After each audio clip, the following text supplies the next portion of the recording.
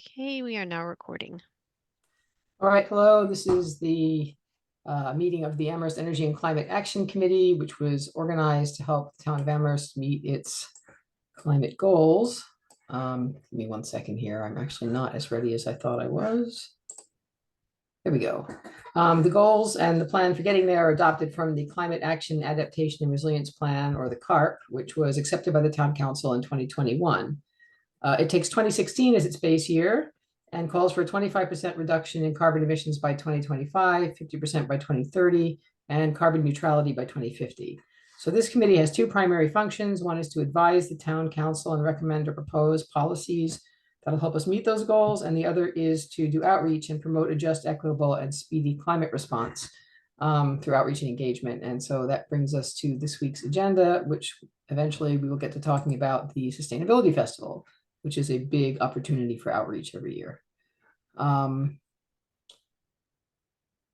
I just lost my place again. This is strange. Oh, there it is. Got it. All right. With that, the first thing we need to do is get a note taker. Who would like to volunteer this week to be our note taker? Anyone? Should we go back to the list? Who hasn't done it in a while? Let me find the minutes. So let's see. Michael did it last week. Who's here? We have Don. I don't know if you've done it recently, or Tony, Caitlin. Don, you're muted. I maybe did it 3 meetings ago. Pretty sure, but yeah, with we've been short on people lately, so it may be that one of you might have to just do it again. I'll do it again. It's all right. Thanks, Don. All right, with that, I will bring up the if you want to share the, go ahead and share the agenda, the minutes from last time. Yeah, thank you. Okay, just give me 1 second.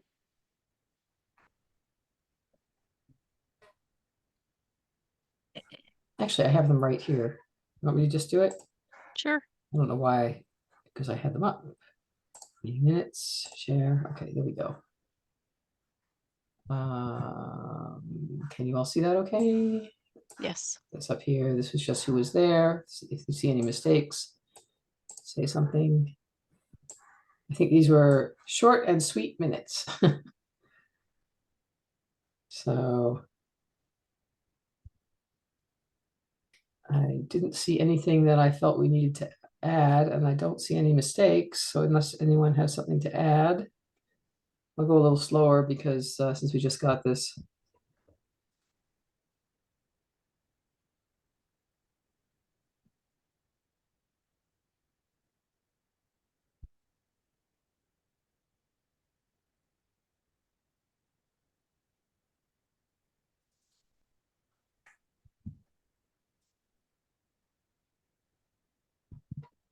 And that's it.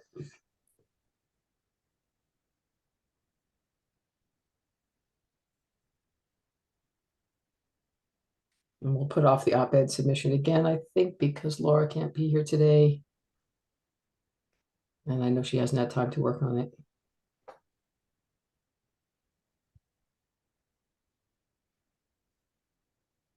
When you're ready, if there's a move to accept the minutes or any changes.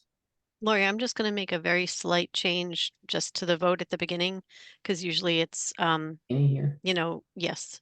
I'm Yep. going to add another 500 because it's, Oh. Okay. yes, it's a yes, no, and abstain. So we Right. just have to reflect abstain as 0, but I'll edit that later. Okay. It's minor.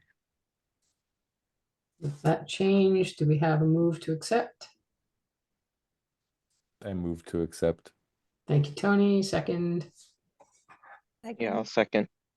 Michael, thank you. Okay, and in no particular order, Allison, Yes. Goldner, Yes. McElrath, Yes.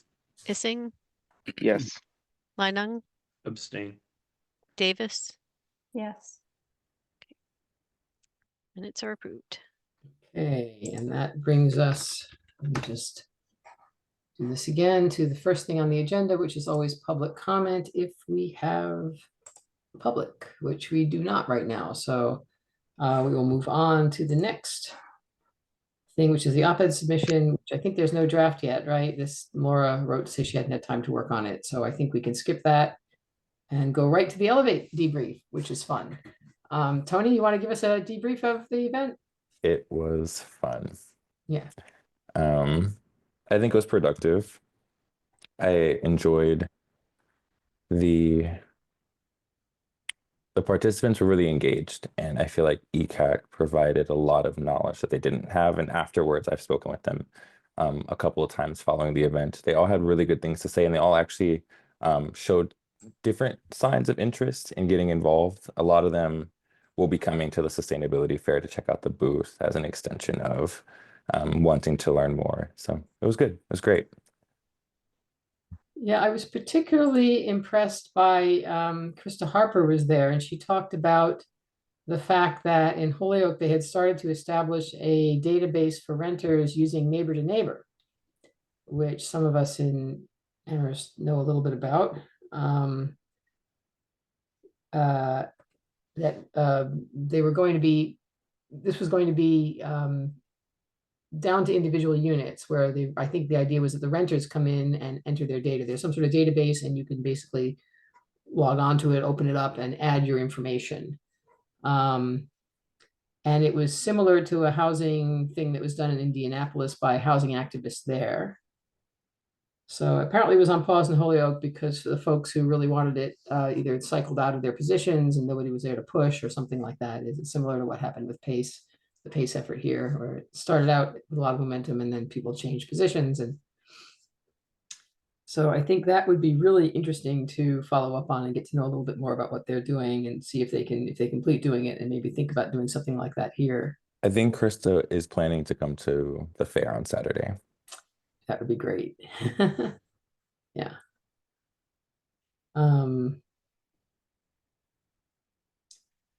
There was also somebody, now what was the thing about municipal MVP, about municipal vulnerability preparedness? Somebody talked about that. I have a note here, but I don't understand what it was. Do you remember that, Tony? Shannon Callahan? It was Shannon. It's part of her research. She works with the surrounding municipalities. I know, right? Wow. MVP. With the municipal vulnerability preparedness. You know, I will actually reach out to her and get Find out information on fast. that, and then I can send that out to Yeah. the rest of us. It was an interesting project that she's been working on. She's working with, I think, 13 different municipalities within Mass area. Yeah. Interesting. Yeah. Do you know Cool. what the project, do you have a general idea of, or what the project was about? I'm curious. I do. If you give me, I know how to Google it. So if you give me 1 sec, I can actually Google what it was.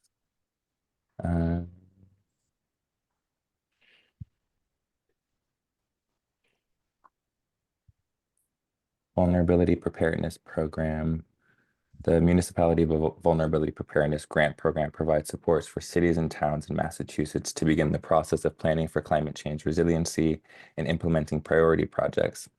The state awards communities with funding to complete vulnerability assessments. That's what her work was. She was looking at comparing the vulnerability assessments between the towns to see if there was any overlap or if there's any, or how towns were dealing with vulnerabilities and trying to get them to cooperate or at least corroborate some of their ideas. And then it also is to develop an action-oriented resiliency plan. Communities who complete the MVP program become certified as an MVP community and eligible for MVP grant funding and other opportunities. This is MVP 2, by the way. So they did the first round of these vulnerability assessments. She is a part of the second round of the vulnerability assessments, which has a very distinct focus on, I think, equity practices was what she was talking about, and assessments of equity. So if I can dive in on this real quick. So Amherst is an MVP community. We have gone through the first round. We are not targeted to do our round 2 until I think next year. So that's when we will redo an assessment, and it will be, as you say, it'll be a sort of different focus than the first time. So it'll be focused on kind of like housing and equity, as you mentioned. So that is something that the town leads. Um, so I will be working with DPW because they've kind of, like I sort of helped lead the community process the first time we became an MVP community, in terms of organizing, the community gathering and the folks that were involved in contributing to the assessment. Um, but since we got the initial funding, that's how we developed our climate action plan, was with MVP funding. And then what happened was DPW started applying for funding for infrastructure projects, mostly culvert work, and that tended to be where the focus of the MVP funding went to. And I personally had some frustration because we had, I think at one point I shared with you all, we were applying for a grant for Puffer's Pond as a cooling center, in response for like community resilience. And it didn't even get very far at all. Like it just basically got turned down in the initial review phase for several different reasons. But it's the kind of project I would personally like to see us be able to revive and, maybe include in this next round. So anyway, all that's to say that thank you. Because we are aware, and DPW would be part of this, but you know um I've sort of been, the point person and as the liaison for the town. So I would be doing that with, and obviously with all of you, because ECAC members were involved the first time too. So that's just my quick update. So Shannon thank you. also, you reminded me, Shannon also mentioned that NVP2 is also shifting the leadership to the community people. That's one of the things she is gathering this data for, is to support community members as they lead these initiatives Yep. in vulnerability preparedness. Well, it'll be a collaboration because it's, the funding that's tied with it, we would want to, I mean, again, it's a collaboration. When I say I'm leading it, I mean, I'm just managing what's happening, but that doesn't mean when I say these things, I don't want it to sound like I'm in control, Yeah. because I'm just coordinating it. I'm just making sure that the right people are, like at the table, and that we're, making sure people are like well represented. And So in the end, the town probably has to apply for the money and show that it has the wherewithal to support a program, whatever it is. So yeah, and also we actually did engage community members in our first round. Yeah. So we had at least, I think we had 2 or 3 workshops, and they were actually led by community members. And that was partly something we did, which was no, a lot of communities were not doing that. So we were kind of ahead of the curve, I just want to say.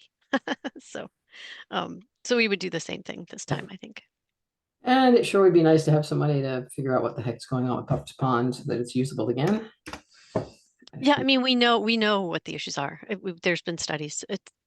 That's like for another conversation, because that could take too long. So, Yeah, next, I would love to hear about that because I'm not aware of what's going on there and would love to hear more. So next Sure. time maybe, or. Yeah. All right. Moving forward then, anything else on the Elevate event? Anyone? It was just me, Tony, and Steve was there, but Steve's not here today.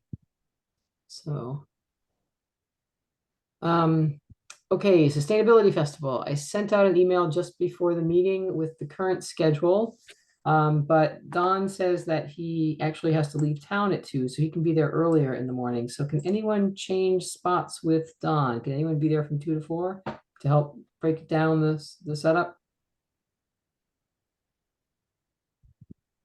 And this would be anyone? Otherwise, we don't have coverage except me from 2 to 4. And I think Laura said that she would be able to help with the breakdown, the cleanup, she said. So I'm assuming that means she could probably do the 2 to 4 shift, so it wouldn't be just you. Okay, so Don, you want to do the one earlier shift from 12 to 2 with Steve? Sure. Understanding you have to leave right at 2. Okay, so I will put you in there because we have 2 for the 8 to 10 and 2 for the 10 to 12. And if Laura will take 2 to 4, it'll be the 2 of us, and that'll work. And I will just plan on being there all day. Now, we do have a problem, of course, because I keep checking the weather and I'm sure Stephanie's Yeah. doing the same thing. It looks like it's going to be a windy, drizzly day, and it doesn't look like it's going to pour from my reading, although there might be downpours. It looks like it's mostly just going to be It's just gonna drizzly. rain all day. Yeah. Yeah. And if it's really going to rain all day, what should we, are we gonna, We don't cancel. we don't cancel We for. we persevere. We've had several events in the rain and it's still fun. Um, you know, it's still a good vibe. But you just have to be prepared. The good thing is that it's going to be, I think, 66. So although it will be rainy, it will be a warm rain. Well, cool. And I don't think the wind is going to be that, at least what I've been seeing, the wind is going to be fairly mild. I don't think we're going to have heavy winds. If it gets to be like, you know, really strong wind gusts, I won't have an event with wind gusts and rain. I mean, we've Right. never canceled before, but if it does get to be that bad, because then people's stuff is getting ruined and we're Yeah. just, you know, it just becomes impossible. It's not fun. Yeah. So, but I won't make the decision till the night before because the weather, you know, it's New England, everything changes like every hour practically. So I will check the night before and I will let everybody know, you know, if you don't hear from me, if people don't hear from me, it means we're still on. I would only contact everyone if we're going to cancel. Okay, and I will bring the heat pump help booth, but if it is rainy and windy, I might not set it up. What I might do instead is either sit at the table with the heat pump help sign there, or put it under the side of the tent since we're on the end. So I could, if it fits under the tent, I could put it in the back, far northwest corner of the tent, right? There might be an extra tent, Lori, that I might be able to provide. It doesn't have sides, but you could put That's it up okay. right next to, let's see, because we have one, two. I I think just need something to keep it dry. I think we will have an extra tent, so I'm just going to make a note. Okay. Yeah, because there should be room there for it. There was plenty of room last year just for something. Oh yeah, you'll have room. All right, So- good. So I'll bring it and I'll hope to be able to use it. It's sort of flimsy. It won't hold up in the wind. It's really just, you know, I made it so I could take it apart. It's just held together with pegs. And it's an old painting canvas that serves to keep it upright. It's sort of funny, actually. It's hiding under there. Any rate, yeah, it's flimsy, but it'll hold if there's not too much rain or wind. Did we ever get that PACE flyer? The banner, or Yeah. the fly. I do have one. I will bring it on Saturday. It Okay. is laminated, so it is waterproof as well. Okay, good. How big is it? I was gonna say it's 48 by 36 inches. What is that? Okay. I work on the other system. That's 4 feet by 3 feet. Okay, so it'll either sit on top of the ECAC banner or up high somewhere above Cool. above the table. I do have a stand for it if needed as well. Oh, cool. Like an easel that I can sit on. Oh, that's cool. Yeah. That if we have the extra tent, that would also be a good place to put that because the heat pump thing doesn't take up very much space. So yeah, okay, cool. So we'll have that. What are we missing? I was gonna throw some tape in the car. If it's raining, I think we should skip the monitor and the laptop. Maybe we should just cancel that now since it looks like it's gonna rain. If it's, yeah, I think if the weather changes and it's gorgeous out, let's bring it. But if it's raining, I don't think it's worth trying to bring a laptop there. Yeah, okay. That's good. And I'll bring at least one, probably two tables. I forget whether I had one. I think I had just one last year, but I can bring a second one in case we need it. And I'll bring at least 3 chairs, unless anyone else has chairs they want to bring. I have folding chairs. I don't have plastic. That's what I don't have are weatherproof plastic chairs. I have folding table chairs, right? Folding chairs for a card table. I have 2 plastic chairs, Okay, folding plastic chairs that are comfortable that I can bring. cool. Oh, actually, yes, I have outdoor. I'll probably bring that instead of the heavy ones. I have like beach chairs, like Yeah. outdoor chairs. Yeah, but they're chairs. They're not like on the sand. They're Right. Yeah. Right. Okay, good. So I'll bring, I have 2 of those I can bring as well. So, and I won't bring if it's gonna rain especially, I won't bring the metal card table chairs. And let's see what else. Anything else?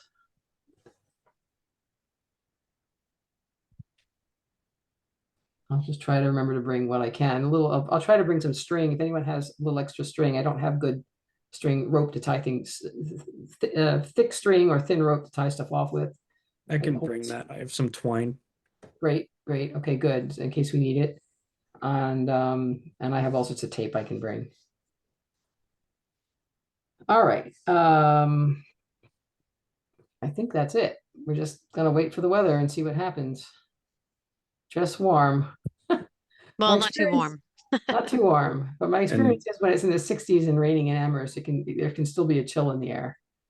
So Wear good waterproof shoes. You don't want to sit with your feet all soaked. Yeah, exactly. boots, I highly recommend rubber footwear. Mhm, mhm.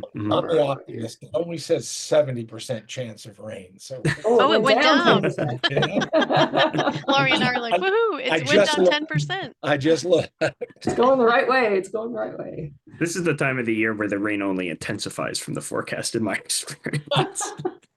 Shh. Yeah. Yeah, right. Bring an umbrella, it won't rain. That's the rule. Yeah, That's the goal, right? Bring an umbrella. right, exactly. And if you don't bring one, we're going to blame the rain on you. That's right. All right, so moving on, anything else for the festival? And moving on, we have education and outreach. We have PACE. Anything more to say about PACE right now? No, I'm gonna try to have some things, some written stuff to talk about if people actually ask for PACE. And I'll Okay. try to get that there right at 8. I'll come up at 8 when people are setting up. You know, and also if necessary, All right, bring a table, so. excellent, thanks. Thanks, Don. Although we do have, I think I'm gonna have plenty of tables. I'll bring 2 tables with me, they're easy. I'll make a note that you might be there. For the chairs, bring the chairs. Yep, I'll bring the chairs at 8. Good, thank you. All right, so the next thing on the schedule, on the agenda is coordination with local groups. We just talked about that, Tony, but is there anything else you wanna? Yeah. They are interested in having having those meetings again. So Cool. there will probably be one in the fall if I can coordinate that, if everyone is cool with that as well. Yep. And we expect a little bit more turnout. The first of anything is always, trial and error. It was okay. There was, however, infinite, what do we call it? An uncount, there was Tony ordered the guacamole, nachos- is it? nachos- Yeah. nachos for snacks, and there was a bowl of uncountable infinity of avocados. This huge bowl, like 2 gallons of guacamole. It was an uncomfortable amount of guacamole. It was For sure. I think we'll go with like finger sandwiches next time.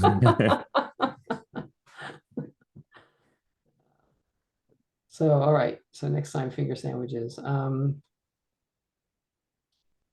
So also for those meetings, sorry, before you go on, for those meetings, if there's any one of our committee members who wants to present on a very specific topic, that is also something they'd be interested in. This one was more of like a Q&A process, which worked really well. But if anyone's working on anything or any initiatives, like if we figure out a way to kind of present MVP to, we can also bring that up to them and hopefully try to get them involved as part of the community members who participate in things like that. So it doesn't have to be a Q&A if anyone has a topic that they're interested in discussing with the graduates. It's totally acceptable.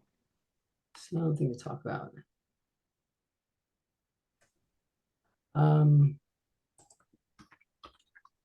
Okay, so I think if there's nothing else there, then heat pumps, I don't think I have anything else to report regarding heat pumps. The Northampton group is sort of up and running. I don't think their website is live yet, but they are taking clients. I don't think I have anything else. Anyone else? Stephanie, you have anything to add about the heat pump program? I'll save it for my updates. Okay, that's fine. And climate resilient schools, I still have nothing there. Sorry to report. So on to advisory and support. Okay, UMass climate plan, I can report a little bit on that. I went on so just to sort of let folks know, I went on the decarbonization tour. I sent a note to everybody about it. I went on the decarbonization tour, and most of what they're doing on campus is building new buildings that they're trying to get certified as net zero, as really, really net zero. And they're working with scope 3 as well as scope 1 and 2. They're working with embodied carbon, trying to reduce the amount of embodied carbon in these buildings. And that's all interesting and good, but nothing they've done actually, well, not nothing, but none of the projects we saw on this tour actually bring down the campus, retrofit anything on campus. They do, of course, have quite a lot. It's interesting. They have a lot of solar, and they're going to be putting in more, hopefully.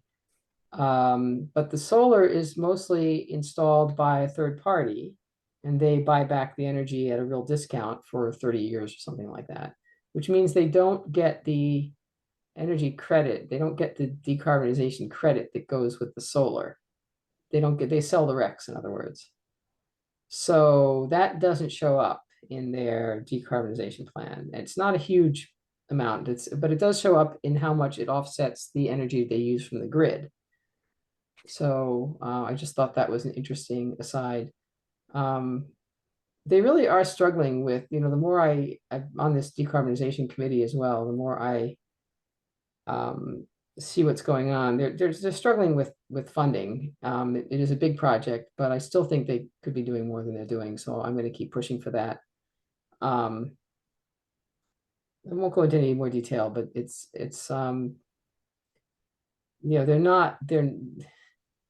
they're not, in my opinion, they're not doing what they should be doing. But they're trying, right? They're trying, and I think everybody's worried about where the money's going to come from.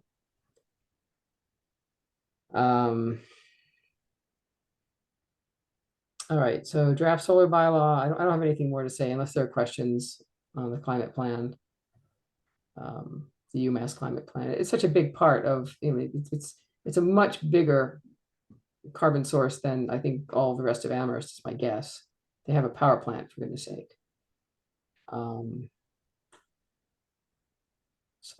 it's a big deal to get them to start seriously decarbonizing.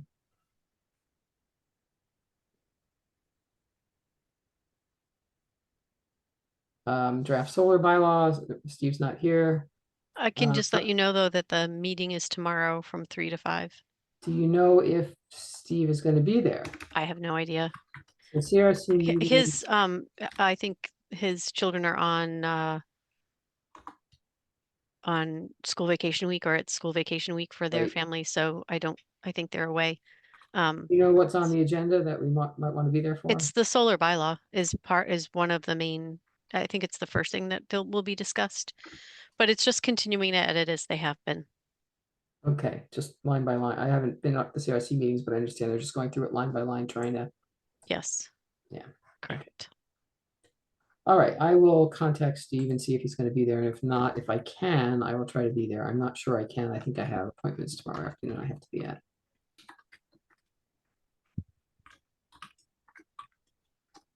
Right, unless somebody else wants to try to be there. Right. Okay. It's recorded, just, Yep. you know. Right. Right. All right. Onward. Tony, got anything for transportation? I do not know. And regional and state policy updates. I know I've been doing stuff and I can't think of what to talk about here. I do have something I'll say under ECAC member updates, but it's not really regional or state policy. So I think I will skip on this one today too. So we're up to staff updates.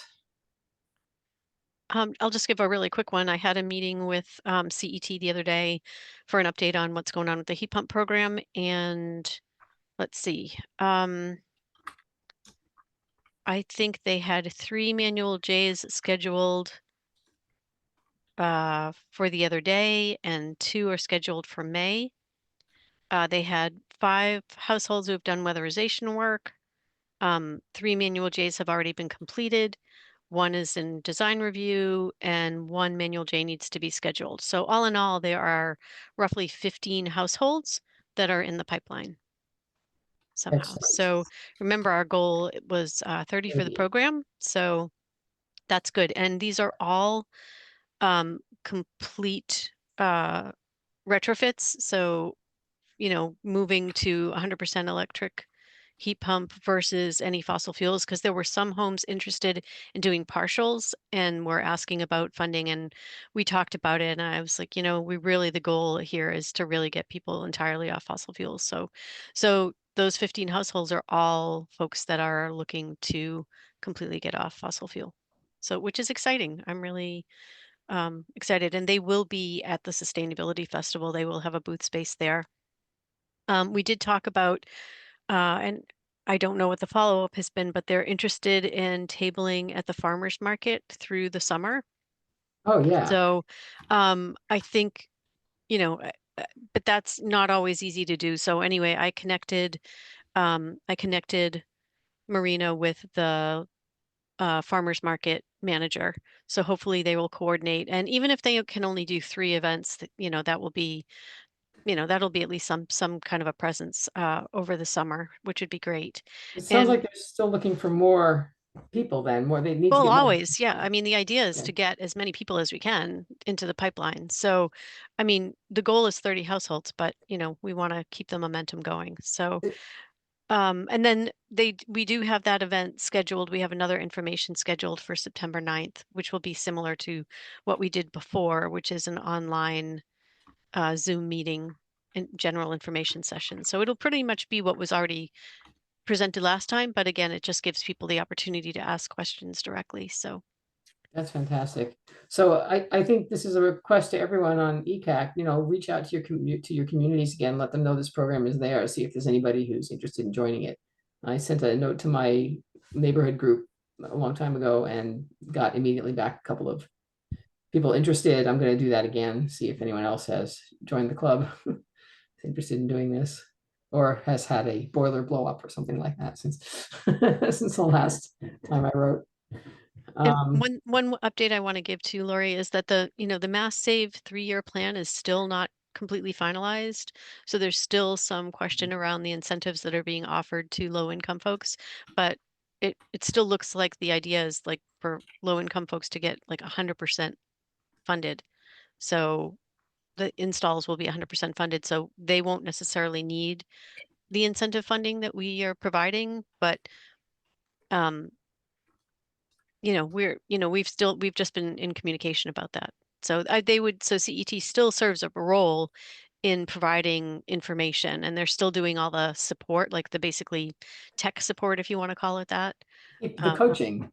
So the coaching, yeah, This pretty is much. what They're still everybody doing needs. coaching. I mean, a lot of people don't do this Right. because they just don't know how. And frankly, Exactly. you know, the installers are still not pulling their weight in this. I mean, I hear stories all the time about installers who, I just got another one this week, who, you know, they want to transition, but the installer is telling them that they should keep their backup heat. And given that no one needs to do that anymore, I'm a little embarrassed that I did it that way, and I have a plan to get off it, but it was because it was during the pandemic and the equipment I wanted wasn't available. So nowadays, with the equipment that's available, there really is no reason to keep your gas on or your oil or your, Yep.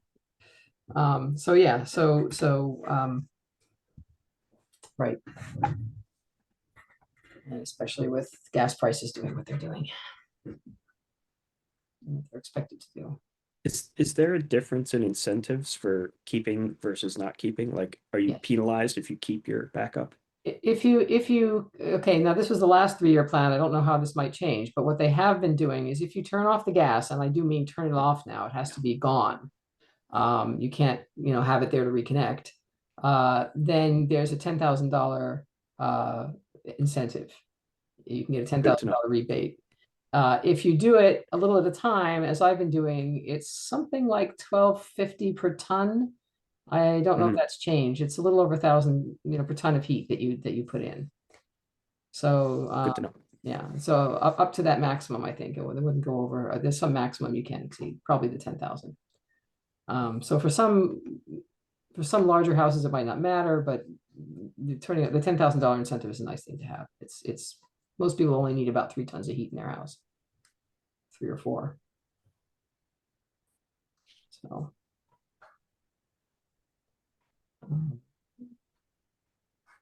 Yeah, and I don't know how if that's changed. If it's changed, I don't know about it.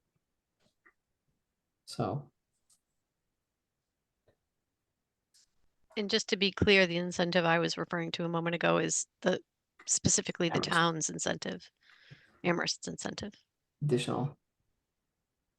Sorry, yeah, that's the Mass Save incentive I was talking about. Right.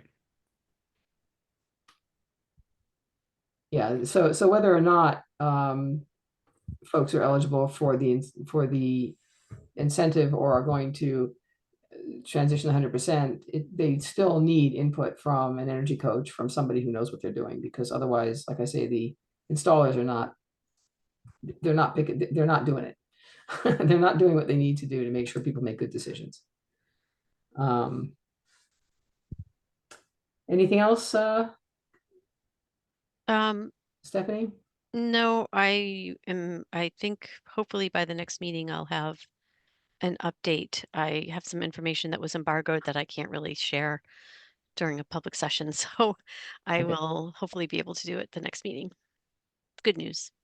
Okay, good.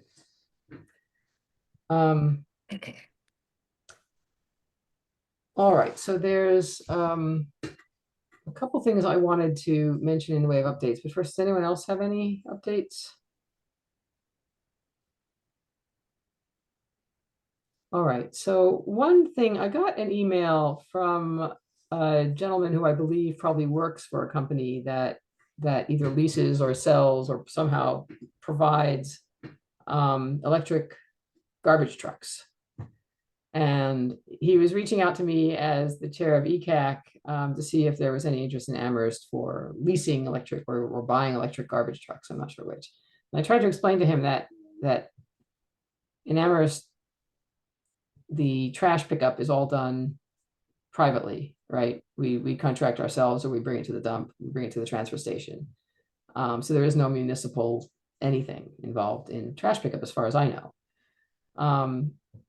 But he has been pushing on the issue a little, and I do wonder if there's something that ECAC can do. You know, if electric garbage trucks actually exist, it'd be awfully nice to have a quieter, less polluting truck driving through the neighborhood every week. And I just wanted to throw that out there to see if anyone had any thoughts on this. He seemed to think that, we could write to USA Recycling. As far as I know, there are only 2 trash pickups in town now. One of them is USA Recycling, and I think the other is Republic or something like that. There's one other that I looked into, and there used to be a dozen different. I think USA bought Republic. All right, there's one. So yeah, we're pretty much in a monopoly, and a lot of us are a little annoyed about that, but it doesn't mean that maybe we can't have some effect. I'm not sure how we would pull it off, but. Well, this is clearly something where if the town had a contract with USA Recycling, we could have more leverage to negotiate something. Exactly. And that sort of tied into the other issue that came up a while back of, getting some sort of a contract for doing some sort of a contract and getting recycling or composting in there as well. USA Recycling, they're going to be they'll have a booth at the at the Sustainability Festival. They were a big sponsor. They're a big sponsor. So they are touting the fact that they do compost pickup. But of course it costs, and they really are quite expensive. Prices basically doubled when they took over. So, I'm personally considering just bringing now that I'm going to be retired in particular, I have time to just bring my stuff to the transfer station. It's a lot cheaper. So it's what could we do? Was it worth trying to get the town? It would be nice if we had municipal trash pickup, if we had composting, if it all came as part of a package. And maybe it would save us also money and also get us better service and better, more sustainable service. So it's just something to think about. Another piece of that puzzle. I think you'll find taking it to the to the train, to the, Transfer station. yeah, that center, is fun, actually. Yeah, it is. You know, you meet all sorts of people there. It's just fun. Yeah. We don't have a contract to pick up our stuff. I just take it on a Saturday morning. Right. And I think I may start doing that. Yeah. But let's see. And the people that work there are really friendly. They really are. The Yeah. town employees that work there are extremely easy to. Yeah. And they used to have an exchange thing where you could leave something, you could leave stuff you wanted that would still have like. They got rid of that. You can leave books. You can leave books. You know, and they have, you know, and obviously they have compost, so you can leave compost. You know, and yeah. So that actually brings up one other thing that I meant to mention earlier. So part of UMass's problem, right, is that they invested an enormous amount of money in this cogeneration plant, which is 76% efficient. It's crazy efficient as power plants go. And it burns methane, natural gas, which is the cleanest burning fossil fuel if you have to burn fossil fuel. But it also turns out that, speaking of composting, it just brought up something about biogas digesters that came up this week. It turns out that the only renewable fuel that actually shows up as being better, consistently better than fossil fuels, and possibly even having negative carbon intensity, meaning it in its lifetime sequesters more carbon than it releases in its life cycle, is biogas from trash, from recycled materials, from food waste. Turns out there's not enough of it. So if you wanted to run the UMass plant on biogas, this is basically just methane from manure and from food scraps, right? If you wanted to run the UMass plant on biogas, you would need something like a 60-mile. You'd have to use all of the material within about a 60-mile radius, right? So it's a huge user. But it did make me wonder, and this is just a crazy thing I'm going to throw out there as part of my update in my own thinking. If anyone else has other crazy ideas, maybe it's worth throwing them out. It turns out that biogas digesters on a small scale are something that are really easy to make. I mean, they're not much more difficult than putting together a rain bucket.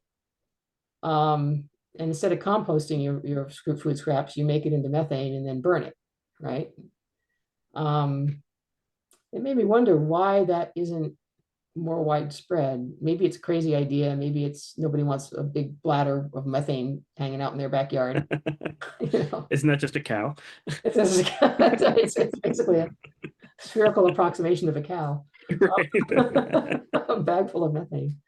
But it struck me. I was thinking about it, and it might, I could, if I wanted to make my own biogas, I could probably turn off my gas pipe. Burn that much gas anymore. Anyway, crazy. Is the scientific idea that methane released into the atmosphere is more harmful than the products of burning methane released into the atmosphere? Much more harmful. Yeah, it's many times the effect of CO2. Right. So if you can burn it and make it into CO2, you actually right. While getting some power out of it too. Yeah. And all that trash ends up as methane anyway. I mean, that's what it ends up as to a large extent. Right. Not to mention cow manure and a lot of that, of course, you need for fertilizer as well, so you wouldn't want to use it all. Yeah. But food scraps. I mean, family food scraps. Yeah, it's just a crazy thought. Anyone else have any updates, ideas, things that ECAC should be doing when we come down? Yeah. I don't know if it's things that ECAC should be doing, but on a national level, the administration, I actually refuse to say the person's name, has fired the head of FERC. And about the only non-fossil fuel burning power the administration seems to still be Renewable diesel. is nuclear, actually. Oh, nuclear. Yeah, they actually seem to be okay with building nuclear plants. Not that that excites me a ton, but in any event, it's, you know, the administration is now injecting itself even into FERC. So, Yeah, and that is something that also came up at UMass tentatively, but it did come up. Right now, it's illegal to put a nuclear power plant in Massachusetts. We're now importing nuclear power, but it's still illegal to build nuclear power in Massachusetts. But these small modular reactors, which honestly have all the same risks as big fat old reactors, except that they're built to be safer. So the risks are the same, but they're smaller. If you mean by risk, if you mean probability, then it's not the same risk. The same type of risks, but the overall risk is much lower because they're designed better, they're new. The problem has been that most of our nuclear plants are so old and so badly designed that they have all sorts of, you know, potential, they're disasters waiting to happen, some of them. So these have the same issues. They make nuclear waste, and they, you know, and they could possibly release, you know, if there's a accident, they could release radiation, but they are much more cleverly designed. They're designed to be passive. They're smaller, so they're not as threatening or looming. They're built in little modular packages and can be shipped around relatively little. They're still a power plant. And you know, one of those, then they're about 10 megawatts. They're small. 10 megawatts is the size of the UMass plant. Mhm. So one small modular reactor would replace that plant. So it is something that, you know, as ECAC, we might want to think about. I personally, I would not oppose these. It wouldn't be my first choice, but right now the planet is in such a bad state that I would not oppose these. You know, maybe it's time to think about whether or not folks should be making statements about that. Maybe it's time for Massachusetts to reconsider. I don't know. I'm not a big fan of them, but like I say, what's going on now is bad. It's really bad.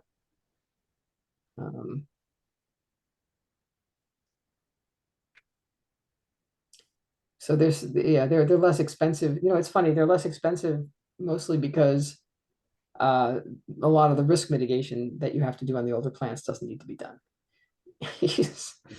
So you still have to deal with the neighbors and, you know, have plans for evacuating and that sort of thing. I would imagine that still has to all be in place, and that's expensive too. Good luck. I mean, and justified good luck getting that past any Amherst council. Like, Yeah, I don't know what power we have to reject local power plants, but I mean, that's Yeah. going to be one that everyone comes out of the woodwork to oppose. yeah. But I do think it's time that, you know, I've heard it now discussed. Look, I was in a Sunrise meeting last week and they were talking about it. Mm. And they were not screaming nuclear power. they were talking about it, you know. So I think it might be time to revisit this old idea. I mean, I would still see it as an interim, but right now we're in such bad shape that just, yeah. At any rate, it might be time to start at least whispering about it and see what people think. It might be it's certainly not the cheapest way to make power. I mean, there are much better ways, cheaper ways to do it. And I don't really understand well, I know what the attraction is. So at UMass specifically, the problem is they have, you know, it costs like billions of dollars, literally, to not use their steam lines. If they have to take out the steam lines that they now use to heat almost all the buildings on campus, and they have to retrofit every building to go from a steam or hydronic system to a low temperature hot water system, it's outrageously expensive. Ground source heat pumps don't make steam. Yeah. Right. Sorry, Larry, I was just going to say the thing about nuclear though is it's not just about the safety issue, it's also the waste. And the waste issue hasn't changed. It's still a Mm. problem and it still lasts for thousands of years. Yes. And that's for me more been the issue even than the safety. Yep. So I think Yeah. that's the problem I have with it. And I don't think it's a great renewable, quote unquote, It's not renewable. you know. It's not, Yeah. it's not what I would call renewable. It's Yeah. destructive, no doubt. Yeah. Well, It's exactly. just And destructive in a different way. yeah. It's like a cleaner destructive.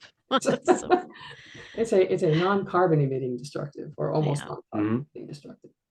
Yeah. And in some cases, That's the name of the game. Yeah. Yeah, nuclear power isn't causing global warming. Right. It's a hard, yeah, it's really hard to overcome the negative externalities of nuclear power. However small risk they are, they're still Well, present. and the real problem of nuclear waste. Yeah, that's what I mean. I think you just add that into the risk factor, like Mhm. operation and long-term maintenance is, you have to include the waste into that. Yeah, you're right. It's it's an interesting conundrum. All right. With that, I don't have anything else. I just wanted to throw a few things out there to think about, and maybe this summer in the summer, I think we should have another retreat, Stephanie, and think about what we want to be doing in the next year, and maybe hash out some of these things if there's something new or different we should be doing, or if we just want to we also need to do more outreach, I think, more educational stuff. So. All right, with that, still no attendees. Oh, items for the next agenda anything for the next agenda that we should include? Some of these things can come off, Stephanie, that we talked about this week. Op-ed should stay on. Elevate debrief can come off. Sustainability planning recap. Sustainability recap can go on right at the top. Or debrief. Yeah, debrief. Sorry. So just those two in addition to the usual. Yep, I think so. Unless anyone else has stuff they want to see. All right, in that case, and since there's no attendees, do we have a move to adjourn? I move. Second. I second. Okay, see y'all in a couple of weeks. No, see y'all on Saturday. See you there. Thanks, Okay. everybody. Bye. Bye. Everyone.